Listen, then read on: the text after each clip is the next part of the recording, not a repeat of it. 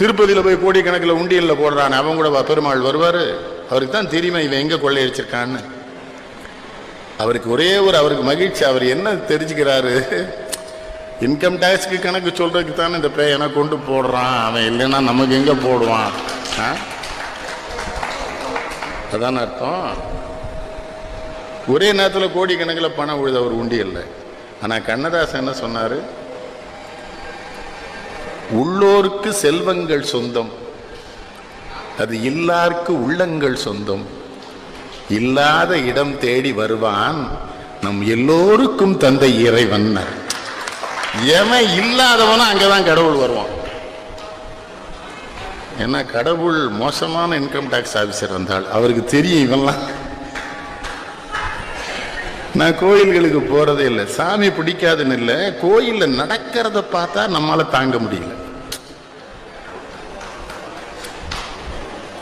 பெரிய கள்ளச்சார வியாபாரியை கொண்டு அம்மன் முன்னால முதல்ல விட்டுறானே,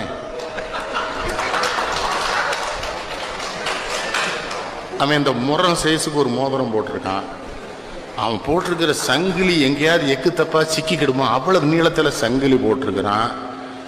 அவன் முதல்ல நிற்கிறான். என்ன ராஜேந்திரன், நமக்கு தேவாரம் தெரிஞ்சா நம்மளை விட மாட்டேன்றான்.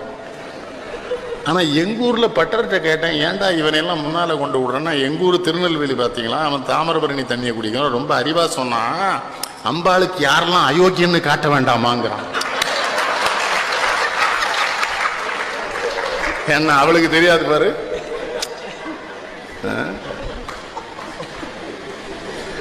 சொல்லடி அபிராமின்னு ஒரு பாட்டு எழுதியிருப்பாரு, வாராயோ திருமுகம் தாராயோ. அதெல்லாம் கேஸ் கோலேஷன் பண்ண படம். அது எஸ்சி சுப்பி, அது அபிராமி பற்றா வர்றது, அவர் நிற்கிறது, நமக்கு ஒரு நம்பிக்கையே வரும். இப்போ அந்த அம்மா வந்துருவா இவன் கூப்பிடுறதுல.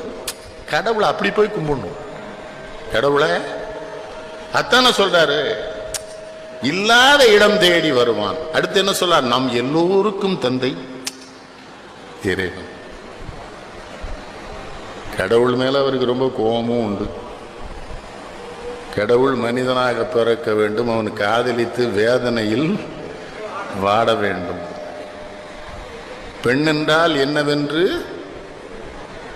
பூரா இவர் பெண்ண சிக்கலுக்கு அவர் எழுதுகிறார். இப்ப நிறைய பிள்ளைகள் காதல் தோல்வியில தற்கொலை பண்ணிக்கிறாங்க பாத்தீங்களா, அதுக்கு ஒரு வழி அவர் தான் சொன்னார். ஒரு முறைதான் காதல் வரும் தமிழர் பண்பாடு, அந்த ஒன்று என்ன என்பதுதான் கேள்வி இப்போது.